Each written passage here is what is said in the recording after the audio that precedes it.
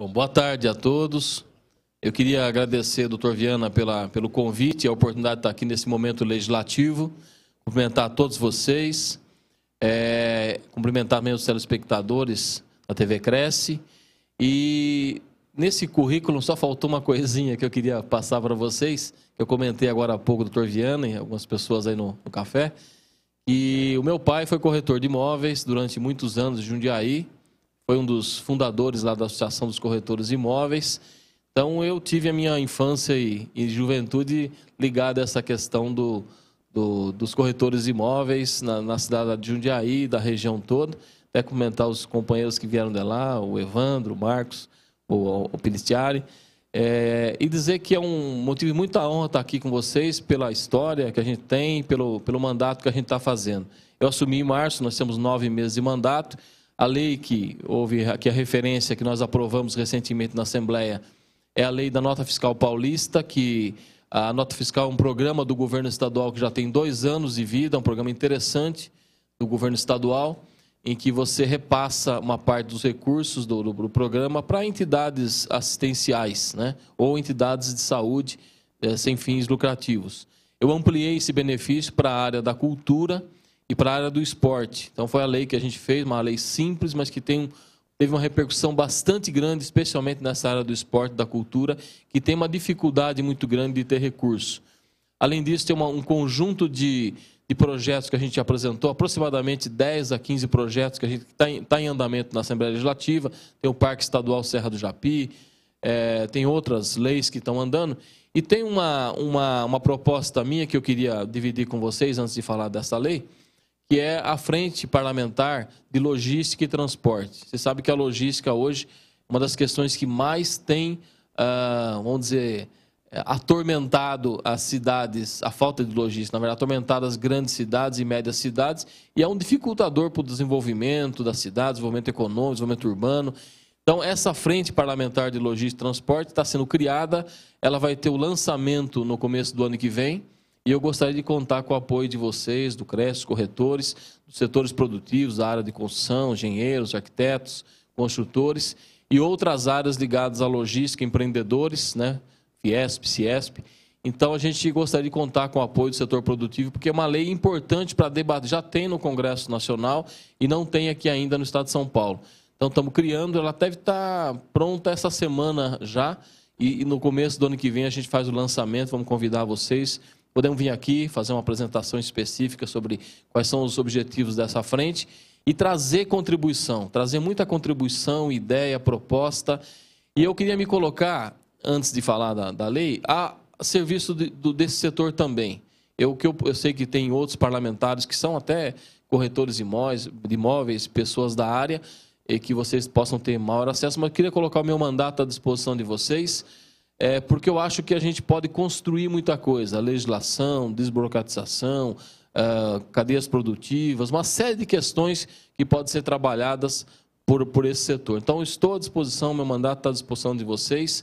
A gente tem aí toda uma trajetória para cumprir, eu queria fazer o melhor, até porque é o meu primeiro mandato também, então eu estou aprendendo e realizando ao mesmo tempo, que é uma coisa muito rápida na Assembleia. Então, estou à disposição de vocês, naquilo que vocês acharem necessário, podem procurar a gente na nosso gabinete lá na Assembleia. Eu vou passar aqui para vocês, essa ideia dessa lei é que existe hoje no mundo, e foi falado aqui no início, existe hoje no mundo uma corrente, né, uma preocupação ambiental muito forte. E não é uma preocupação qualquer, né?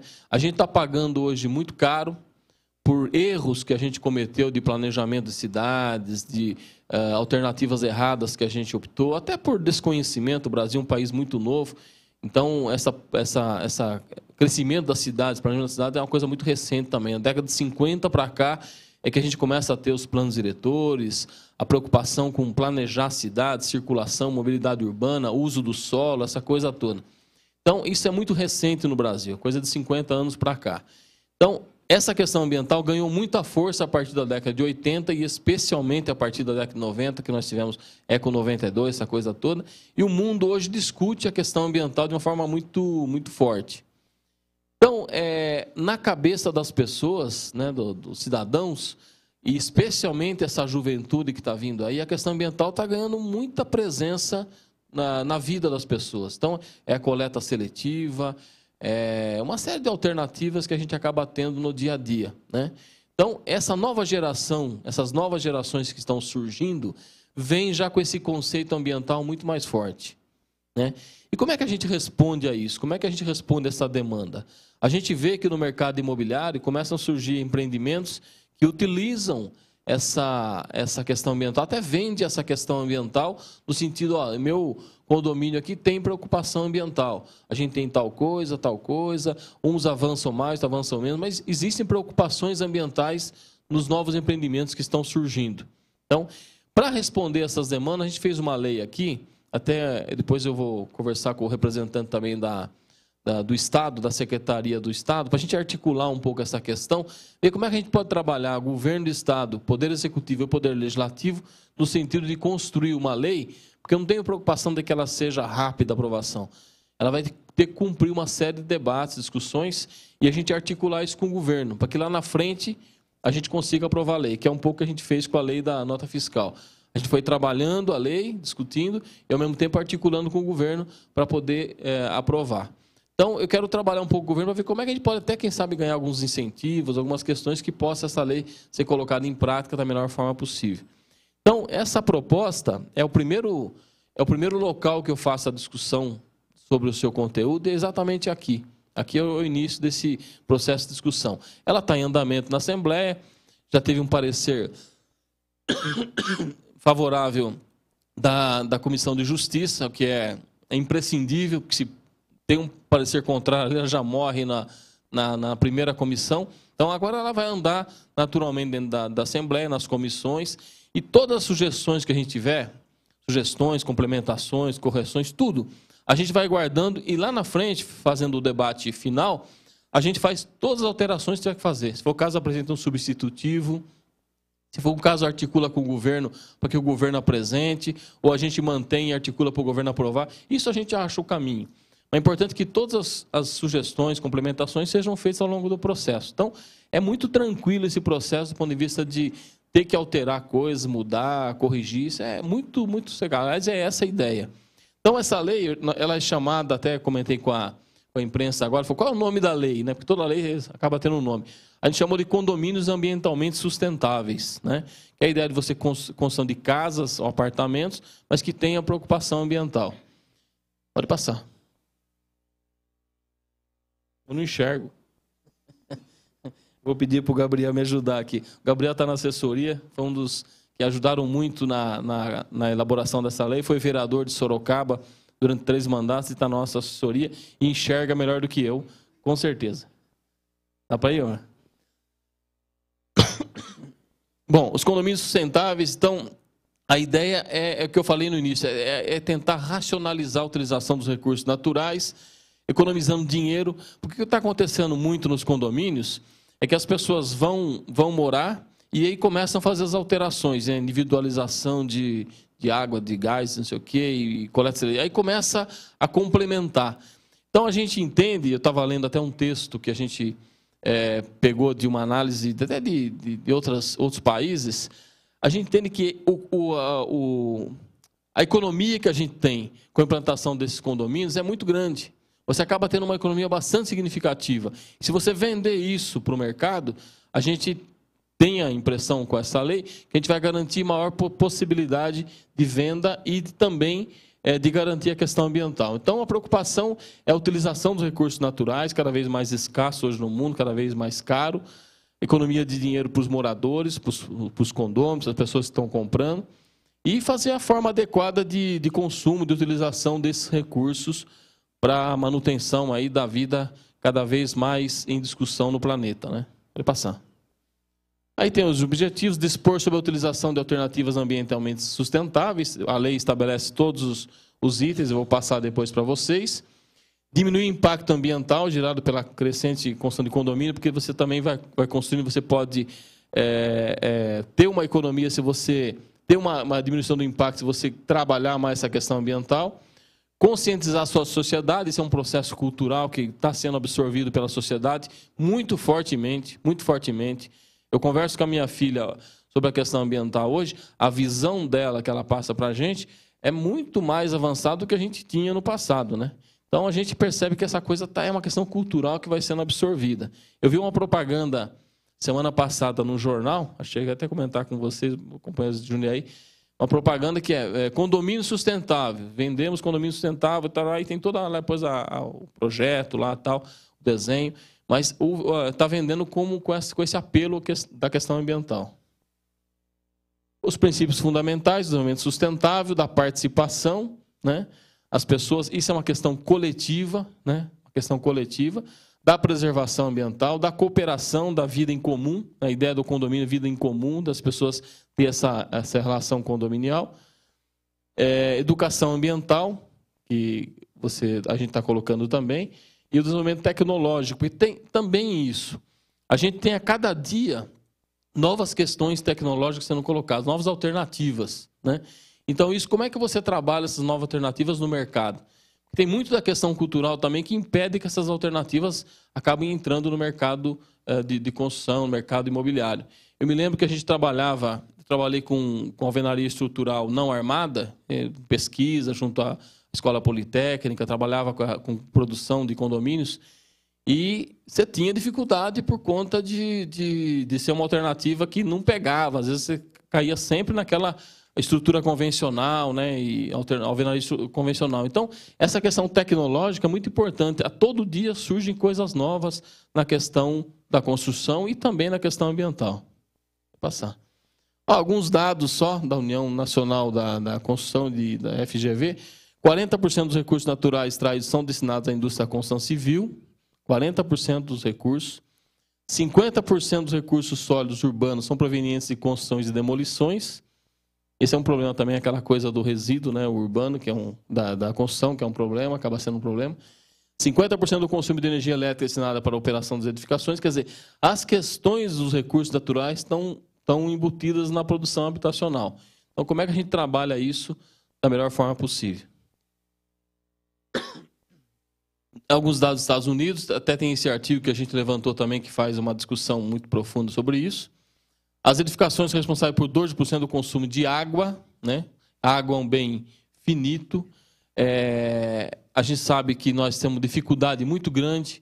São Paulo, por exemplo, tem essa dificuldade de recursos hídricos, buscar em mananciais fora daqui. A minha cidade, por exemplo, vai buscar água no Rio Atibaia, que é outra bacia, outra região, faz a reversão. Essa questão da água está cada dia mais complicada, a utilização dos recursos naturais, recursos hídricos. Tem regiões que têm carência total de recursos hídricos. Então, como é que você trabalha essa questão da água da melhor forma possível? A individualização, por exemplo, de uso da água nos condomínios, né? A CDHU, por exemplo, está discutindo hoje de utilizar, já está utilizando. Isso já dá uma diminuição do consumo muito grande. Tem estudos que mostram isso. Se você trabalha de forma coletiva, a questão da cultura das pessoas, não, eu vou usar porque isso paga todo mundo junto, e não é. Então, cada um tem que responder pelo uso da água específico. 39% das emissões de CO2. Essa é outra questão também. Está aprovado na Assembleia Legislativa agora, foi aprovada a questão de uns 20 dias, 30 dias atrás, a Lei de Mudanças Climáticas. Existe uma meta estabelecida pelo governo do Estado de São Paulo da redução de CO2, da emissão de CO2 no Estado de São Paulo. A meta está estabelecida de 2005 a 2020 e a redução tem que ser na ordem de 20% nesse período, com dados voltados a 2005, 20% de redução. Como é que nós vamos cumprir essa meta, né? Então, essa meta não é só o governo que tem a ideia e vai tentar cumprir. Não, isso é uma ação da sociedade como um todo, da indústria, do comércio, da produção habitacional. É uma consciência coletiva. Então, essa questão do CO2, a emissão de CO2 tem sido um problema no mundo. Tem, na questão da produção habitacional, também uma preocupação em redução. 65% da geração dos resíduos. Todo mundo sabe também a dificuldade que é questão de resíduos domésticos, resíduos industriais, aterros sanitários, tecnologia voltada a isso. Nós ainda estamos atrasados na questão de resíduos no Brasil, muito atrasados. Estamos indo nos aterros sanitários, aterros controlados, lixões, nós temos muita dificuldade, pouca tecnologia nessa área ainda, infelizmente. Então, é um problema muito sério hoje. Ficam escassas áreas. São Paulo é obrigado a mandar para outra cidade fora da Grande São Paulo, a questão do lixo e assim por diante. Então, é uma questão muito séria. Então, se você tiver separação, se tiver coleta seletiva, você começa a ter um controle sobre isso também. E 71% o consumo de eletricidade. Também a questão da eletricidade é uma coisa muito séria. Pode passar. Aí vem a lei, eu só vou passar rapidamente, mas ela primeiro define o que são o conjunto de moradias aí de condomínios sustentáveis, que diz o seguinte: as conjuntos de moradias organizados de forma horizontal ou vertical, que foi a pergunta que me fizeram lá fora, tanto faz, né, conjunto de casas ou prédios, são obrigados a ter essas alternativas ambientalmente sustentáveis. Tá? E aí vem a definição. Sistema de captação de energia solar para fins de aquecimento de água. Lâmpadas de alta eficiência para iluminação em áreas comuns. É um outro problema também, questão de... Tem tecnologia, muita tecnologia nessa área, mas nem sempre é utilizado. Uso de medidor individualizado do consumo de gás. Uso de medidor individualizado do consumo de água. Uso de bacias sanitárias com volume de descarga reduzida. Torneiras e válvula de fechamento automático em lavatórios. A melhor utilização de água. Essa questão, a gente sabe a diferença que é uma válvula hidra, né, que você tem um consumo muito grande, e uma válvula e uma caixa de descarga, né? Isso tem uma diferença não só na questão do consumo, mas culturalmente a gente tem utilizado a válvula hidra, muitas vezes ainda, e a questão da contaminação, tem lugares, em outros lugares do mundo, que está proibido a válvula hidra. E você tem problema de contaminação, porque quando você aperta a descarga, aquilo acaba criando uma ligação direta com a rede de esgoto, e você pode ter contaminação. Já aconteceu isso em lugares do mundo. Então, isso também é uma questão cultural, a questão das bacias, né, de descarga reduzida, né, volume de descarga reduzida. Sistema de captação, retenção, armazenamento e utilização de água pluvial, coletada de telhado, cobertura, terraço, né, e você tem esse controle. E, mais para baixo ali, é o reuso da água. Muitas coisas que são feitas, a gente pode reutilizar essa água da captação de chuva. Você tem sistema para isso, dá para avançar muito nessa questão, para você molhar o jardim, para você lavar um quintal, tudo isso você pode trabalhar o reuso da água. E a gente avança muito pouco nessa questão. Sistema de tratamento de efluentes capaz de reutilizar a água para finalidades não potáveis.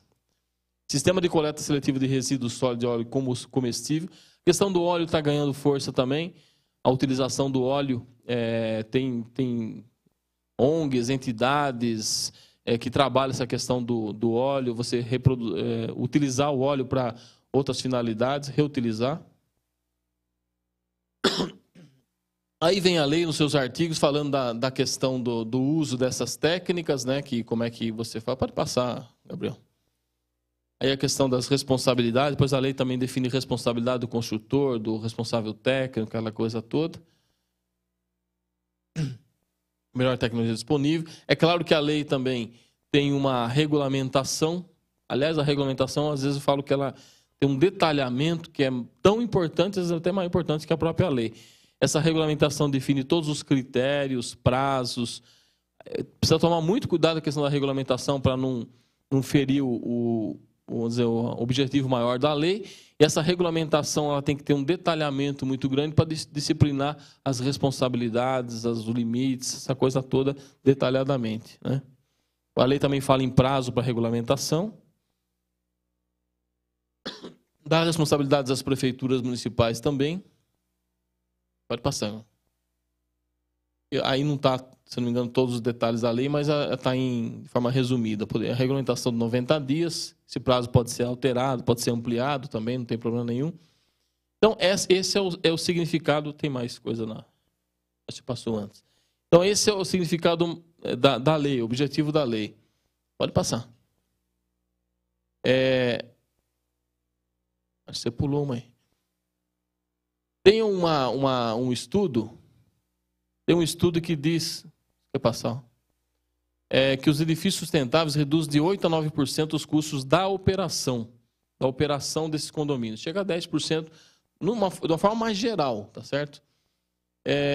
você pode até aumentar o valor do imóvel pela característica dele, no sentido quando você vai ter uma economia ao longo do tempo, essa economia é grande. Imagina isso ao longo da vida do edifício.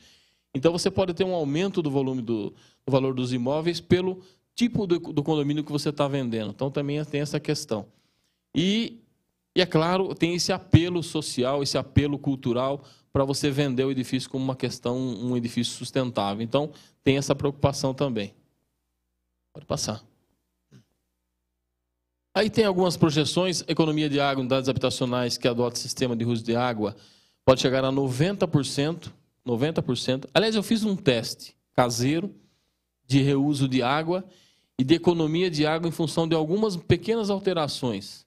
Olha, deu na ordem de 33%, pelo estudo que eu fiz, muito particular, o custo da água, o custo que eu pago da água, pela algumas pequenas alterações, colocando como alternativa sustentável. Então, há uma redução clara na questão da água e do reuso dela.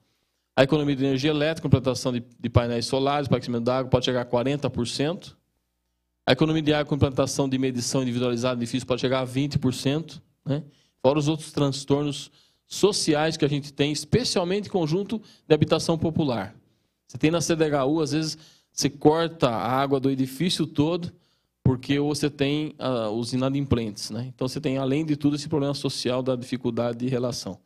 A economia da água com a utilização da bacia sanitária com caixa acoplada pode chegar a 50%. Esse estudo eu fiz também particularmente e a gente chegou a esse índice. Então, essa é a ideia geral desse projeto.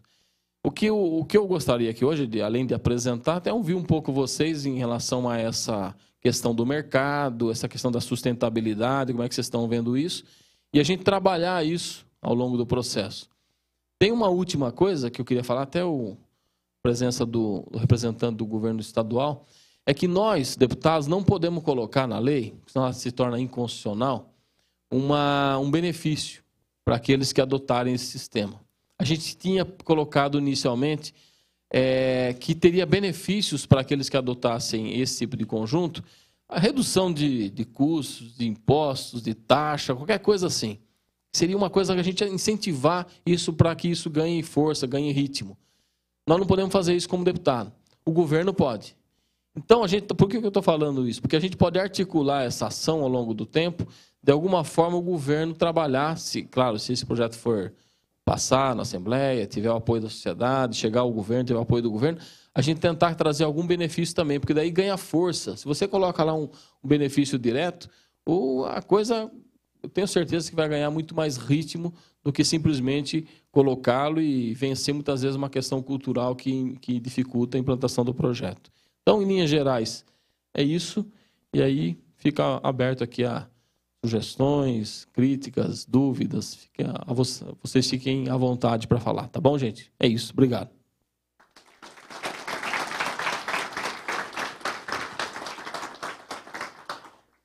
Quem é que está com o microfone aí? Alguma pergunta? Obrigado.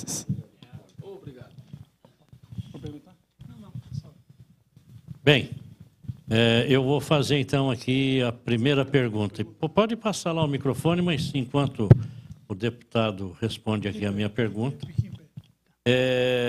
O deputado disse que não tem como colocar, né, não cabe ao Poder Legislativo colocar incentivos de ordem tributária para que a sociedade se beneficie aplicando esses recursos nos prédios. E hoje é muito comum abrir qualquer jornal de qualquer dia, vai encontrar já a propaganda de venda de apartamento, de lançamento, já mencionando as questões ambientais como pontos positivos para que o apartamento seja vendido. Inclusive de condomínio, porque reutilizando a água da chuva para a limpeza do prédio, lavagem das áreas comuns, a energia solar, enfim, tudo isso contribui demais para que caia o valor do condomínio, que hoje é o maior empecilho na hora da venda de um apartamento, é o valor do condomínio. Eu tenho lá imóveis à venda, fica aqui o aviso aos eventuais interessados, e apartamentos que estão baratíssimos, mas em razão das altas taxas de condomínio, nós não conseguimos vender. Todo cliente vai tremendamente entusiasmado ver o imóvel. Na hora que vê o valor do condomínio, desiste, porque não há como pagar. Então, tudo isso está muito interligado. Mas eu pergunto, deputado, será que não teria como o governo do Estado promover uma ação aí junto ao governo para que ele mande um projeto de lei que possa ser apensado a esse, proporcionando incentivo fiscal para quem construir nesta base, as prefeituras serem autorizadas a proporcionar desconto de IPTU em alvará de construção, coisas assim nesse sentido?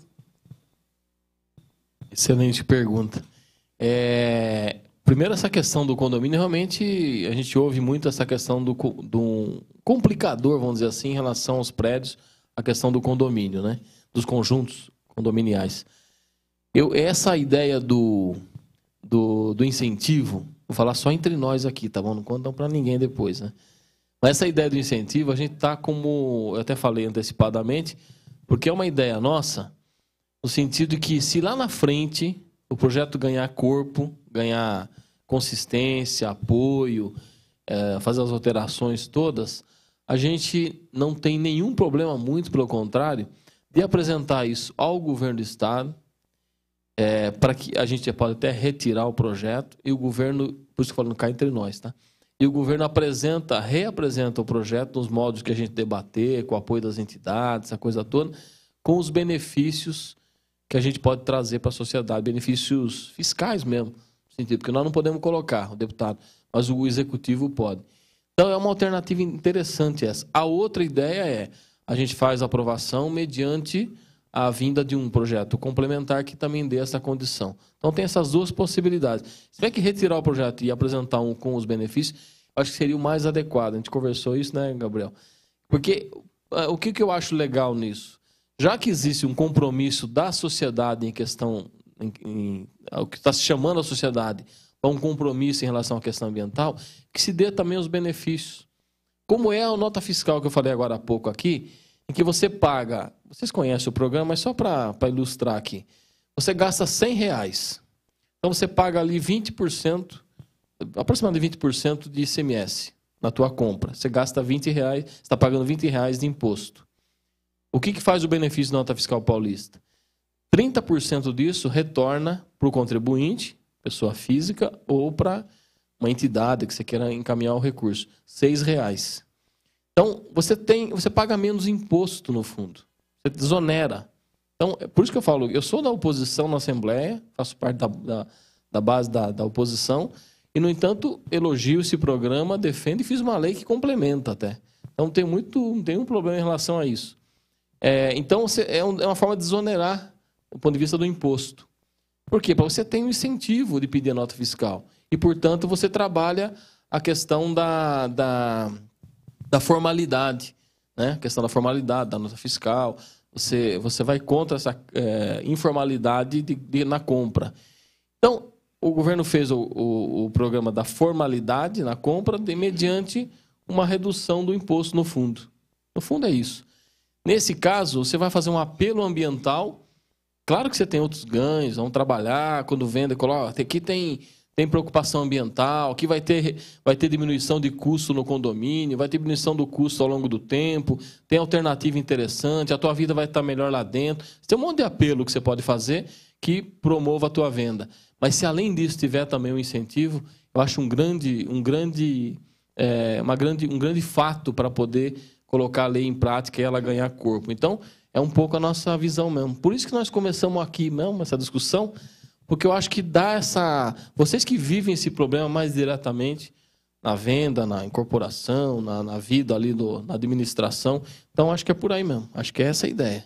Então nós vamos trabalhar com muita tranquilidade, né, ao longo do tempo, assim, nessa lei, e vamos sempre trabalhando junto com a entidade. Se lá na frente for legal, do jeito que está, tal, se precisar fazer alteração, fazemos.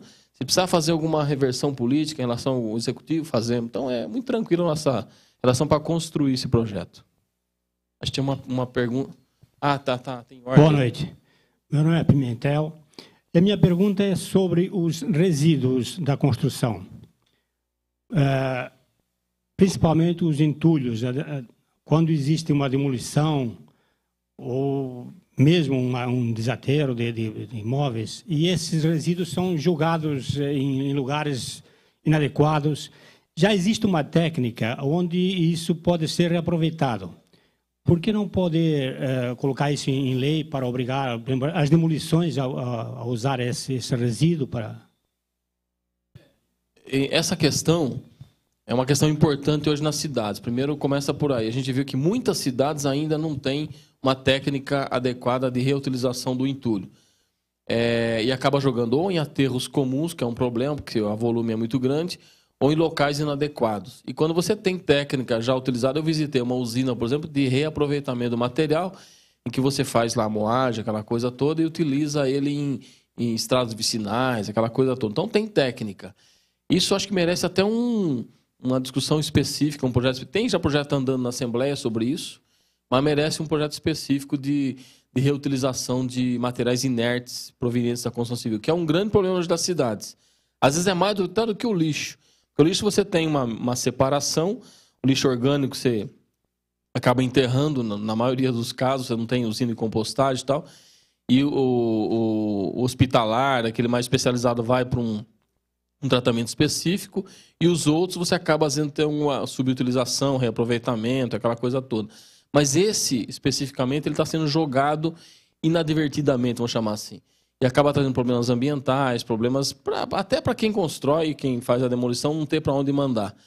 Algumas cidades estão adotando lugares de colocação, de deposição desse entulho, desse material inerte, mas tem cidades que fazem técnicas de reaproveitamento que não são nada complicadas, muito pelo contrário. Então, acho que isso merece um tratamento específico até fora dessa lei, mas é um problema, assim, com certeza. Exatamente. Deputado, companheiros, boa noite. Meu nome é Ezequiel, somos da Zona Norte. É uma honra a gente poder estar discutindo sobre um assunto tão importante, né? Tanto para a parte coletiva aqui da nossa região, da nossa cidade, como mesmo para o planeta, né? Então, é uma alegria muito grande do CRES estar promovendo um debate tão importante. Sabemos que com essas tecnologias que estão sendo apresentadas no artigo 2º, não é isso? Que vem discriminando, né, quais são as tecnologias que nós vamos estar implementando nesses condomínios. Um desses itens é as placas solares para captação da energia solar, né? E todo esse aparato é algo novo. E nós sabemos que as inovações elas têm um custo maior. Então, conforme a utilização, conforme a demanda, como outros itens da tecnologia, a gente percebe que esses valores vêm a diminuir, conforme a necessidade do mercado, né? E nós falamos aqui de reuso também da própria água pluvial. A minha pergunta seria assim, deputado: se existe algum acompanhamento da parte do município, do poder público, no sentido de diminuir as despesas, já os valores dessas placas, para o consumidor final ter acesso também a isso, se existe um implemento da parte da cidade, adquirir essas placas de energia solar para suas instituições municipais, estaduais, museus, enfim, aonde exista uma demanda já maior, em conjunto do poder com a sociedade, para que esses custos venham a diminuir e a gente consiga realmente ter o sucesso desta lei que é tão importante para todos. Está se referindo a obras públicas, especificamente? Não, no geral.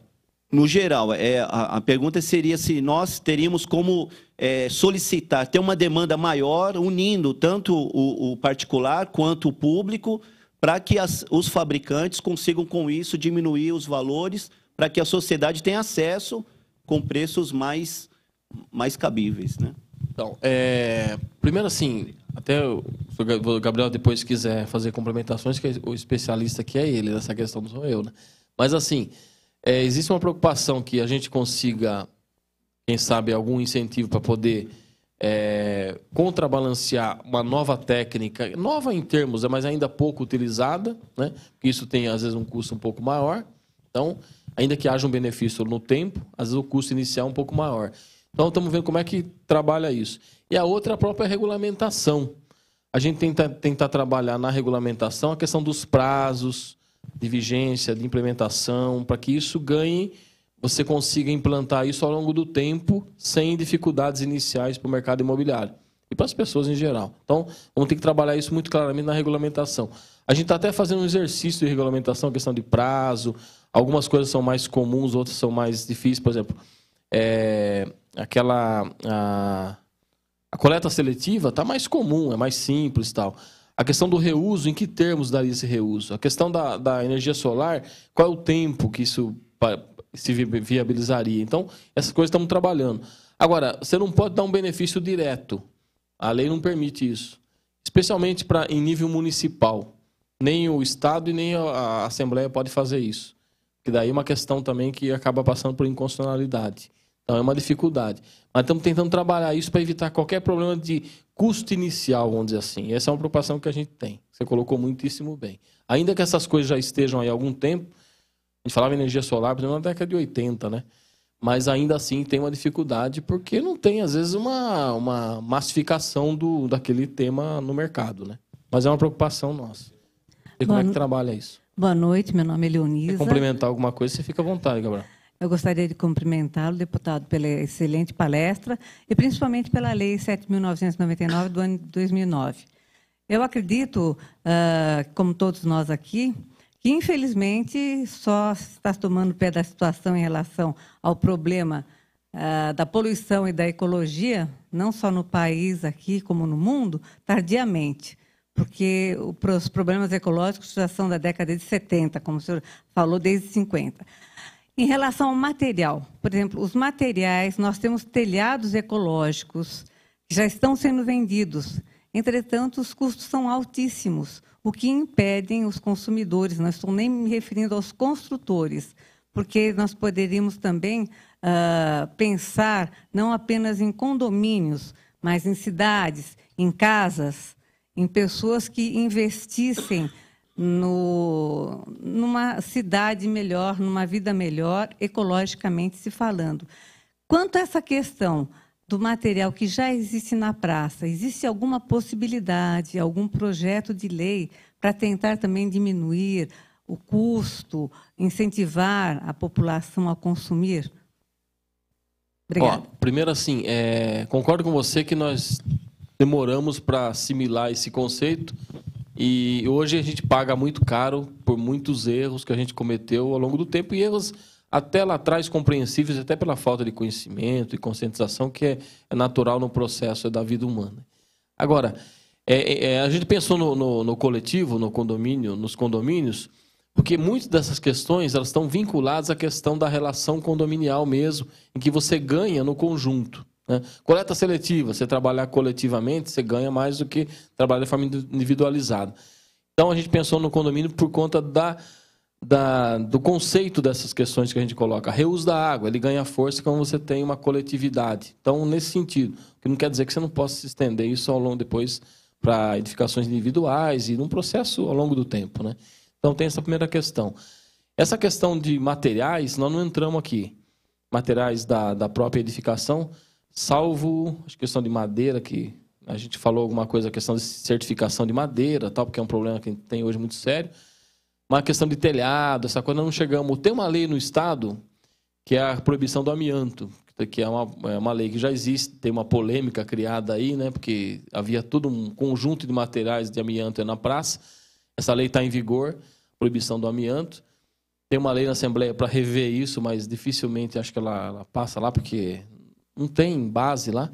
Então, o que eu conheço é mesmo por conta de questões ambientais e de saúde pública. Então, isso tem em relação ao material. Mas, fora disso, nós não entramos em materiais específicos. Até porque tem uma gama de materiais muito grande e de alternativas de construção muito grande. Então, se você entrar nisso também, você pode começar a criar problemas, até de viabilizar a construção desse condomínio. Não entramos muito nisso, ainda que sabendo que existem algumas técnicas mais avançadas na questão ambiental e outras menos avançadas. Mas deve ser complicaria um pouco a lei. Então, mais nesse sentido. Um instantinho só, por favor. Boa noite, meu nome é Wilson. Eu queria acrescentar no seu projeto aí a respeito do uso da energia solar para transformar em energia elétrica, que só o aquecimento é insuficiente. Sugestão aí para a gente. Oi? Por favor. Obrigado. Permita, é muito boa a sugestão mesmo. Na verdade, a gente tinha previsto no projeto inicial, por exemplo, a iluminação das áreas comuns, feitas através da captação da energia solar e transformada por células fotovoltaicas em energia elétrica. E algumas outras previsões, inclusive madeira certificada no processo construtivo. Entretanto, a gente avaliou, como o Pedro disse, que o detalhamento ou um rol muito grande de pré-requisitos poderia talvez dificultar a aprovação ou até a aplicação da lei. Então, esse tipo de audiência, seguida de outras que virão, eu acredito, né, Pedro, que elas serão um termômetro da resposta da sociedade ao projeto. Então, por exemplo, a proposta, inclusive, de para ser classificado como um condomínio sustentável, o processo de construção, dar conta do entulho, por exemplo, é muito interessante. Então, na medida que acredito que se avançar e a sociedade responder, como a gente tem visto aqui, está respondendo bem a esse projeto, eu acredito que a gente possa pensar algumas das propostas e sugestões muito bem feitas que foram feitas aqui. Obrigado. Uma questão, você falou da madeira certificada, já tem um projeto na Assembleia que está em andamento também. Então, lá na frente ele pode ser juntado, os dois, mas a gente pode avaliar isso ao longo do tempo também. Boa tarde, meu nome é Paulo, eu sou arquiteto e faço muitos trabalhos para a CDHU. O meu escritório fornece trabalhos para a CDHU. E fizemos uma série de experiências antes dessa abençoada lei, não é? No sentido de tentar mudar um pouco o conceito de uso dos conjuntos habitacionais. Inclusive, a questão da educação do povo que vai morar lá. Inclusive, ontem nós fizemos parte, através da Associação Comercial, do Grupo de Política Urbana, na Comissão de Habitação Popular. Teve um simpósio aqui em São Paulo, nós participamos, e realmente as pessoas falam de movimento, falam de uma série de coisas, mas eles não têm noção do que eles estão falando. É uma coisa impressionante. É coisa, eu não quero citar aqui, mas a ponto de uma vereadora chegar a falar porque esses dragões querem comer a gente e nós temos que reagir. É um negócio assim absurdo. Não cabe isso na minha cabeça, né? A gente teve que rebater de forma meio violenta e quase que eu apanhei, mas tudo bem. Mas essa lei, ela é muito bem-vinda, porque vai nos dar força para que a gente consiga implantar tudo isso que foi citado aqui e algo mais ainda. Muito bom, eu parabenizo o nobre deputado por isso e gostaria de colocar também o nosso grupo da Associação Comercial, que é de política urbana, à sua disposição. Se o senhor quiser vir lá fazer uma palestra, a gente pode reunir os empresários e fazer um trabalho de divulgação que é muito importante. Então, quero agradecer por essa lei e dar nosso apoio também. Muito obrigado. Eu queria comentar que nessa questão da CDHU, os condomínios da CDHU, eu também cheguei a trabalhar mais na parte de edificação, né, de estrutura da edificação, que eu fazia projeto também, e fiz alguns mutirões, né, nessa área de casas da CDHU. A gente percebe que poderia ser exemplo, inclusive, né, a CDHU como órgão público nessas áreas, permeabilidade do solo, técnicas construtivas. Então, tem uma série de questões que poderia ter avançado muito, tem avançado pouco até nessa área. A gente podia avançar muito e que na política habitacional da CDHU nós podemos também ter legislações, a gente aceita sugestões. Tenho pensado muito sobre isso, inclusive. Não apresentei nenhuma ainda, que era a minha área original, né? Mas, assim, para a gente poder ter conjuntos com melhor qualidade, porque você acaba gastando, às vezes, até mais, e para ter um conjunto que não tem tanta coisa. Ainda bem que tem arquitetos, engenheiros que fazem os projetos lá, que dão a qualidade como nos merece. Mas dá para melhorar muito em relação aos padrões que a CDHU tem. Então a gente pode avançar muito nisso. Isso. É o tamanho dos conjuntos, a coisa toda que a gente poderia trabalhar muito essa questão. Deputado, meu nome é Chu. Eu tenho uma questão que eu queria perguntar. A custo para usar a reutilização de água de condomínio, né, seria não é muito caro? Porque nós sabemos que o maior volume de água é o dejeto, né? Água de banheiro, esses lugares. Só que, se fosse a utilização dessa água, tem que filtrar. Não é só filtrar, porque filtrar tem que tirar o tóxico dele. O valor custa muito alto para isso aí. Se só separar os fluviais, águas fluviais, que mais é viável. Só que quando fluviais é muito pouco. Então, e outro, a caixa de captação tem que separar duas, não é um. Porque geralmente vai para esgoto, é um só caixa. Agora, se separa duas caixas e o valor não sobe muito para condomínio? Você tem dados, Gabriel? Mas assim, o senhor tem razão que são duas coisas distintas. A água de chuva, ela é muito mais fácil, que ela não vem com essa questão, é só captação. Já vi experiência nisso, já vi experiência de captação e uso, né? E a gente tendo períodos maiores de chuva hoje, então você pode utilizar. Essa questão de águas residuárias, ela tem aí uma preocupação de separação. Então você não pode ser qualquer coisa. Tanque é uma coisa, banheiro você tem a separação, chuveiro e bacia. Então você tem que tomar um certo cuidado. Então essa é uma preocupação que a gente está tendo mesmo. Porque isso também.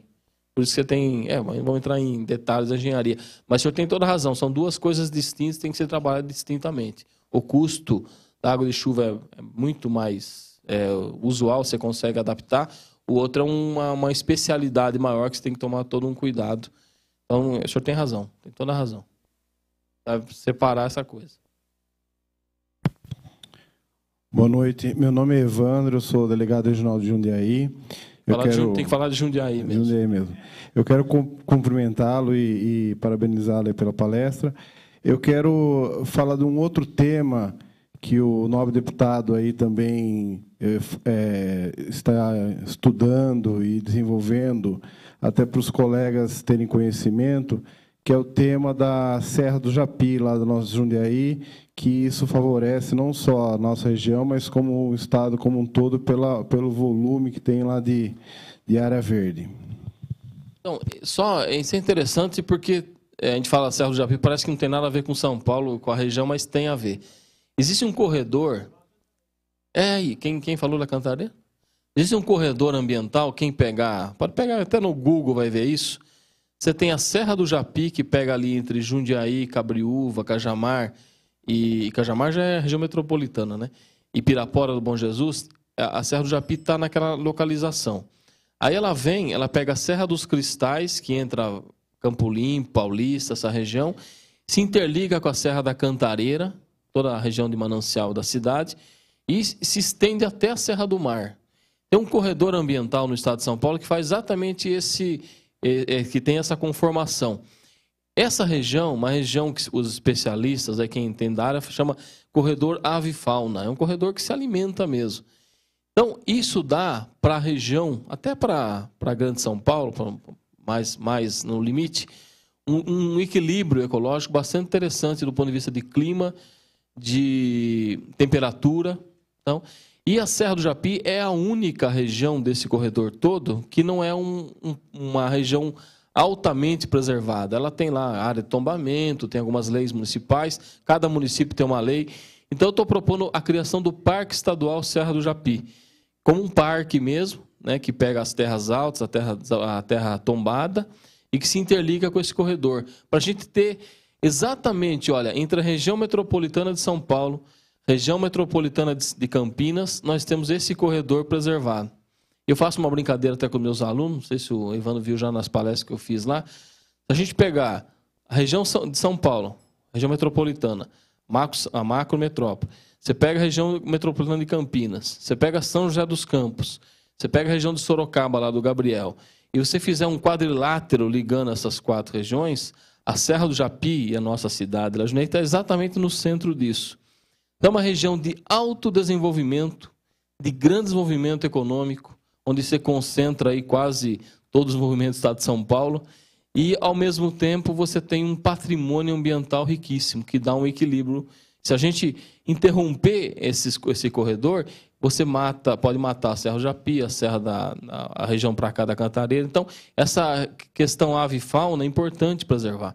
Então, eu estou propondo a criação do Parque Estadual Serra do Japi, já passou pela Comissão de Justiça, está na Comissão do Meio Ambiente, já teve parecer do nosso secretário Chico Graziano, secretário do Meio Ambiente, parecer favorável do secretário. Então, está andando super bem, deve aprovar, eu acredito que o ano que vem, o Parque Estadual Serra do Japi, que é um patrimônio ambiental reconhecido pela Unesco, um patrimônio da humanidade. Então, um projeto que a gente apresentou lá está bem encaminhado. Acho que está até bem mais encaminhado que esse projeto aqui. E eu acredito que a gente aprova ele no começo do ano que vem, se tudo correr bem. Eu sei que é uma classe importante, que produz, que trabalha na questão do desenvolvimento, que também tem essa consciência da sustentabilidade. Estou à disposição para outros eventos, com certeza, aqui, onde for chamado na região. E dizer assim, realmente, vocês têm, claro, outros deputados que têm relação com a categoria, mas não deixe também de procurar a gente no que for preciso para a gente encaminhar demandas, abrir as portas da Assembleia Legislativa. Nossa relação com a mesa diretora é muito boa, com o presidente Barros Munhoz e toda a mesa diretora. Colégio de Líderes, tem muitos assuntos que vocês podem levar no Colégio de Líderes, que se reúne às terças-feiras. Vocês vão lá, faz uma fala, faz um pedido, é muito tranquilo, são 15 líderes partidários, ali é realmente o lugar da decisão, né, e a gente participa lá desse Colégio de Líderes.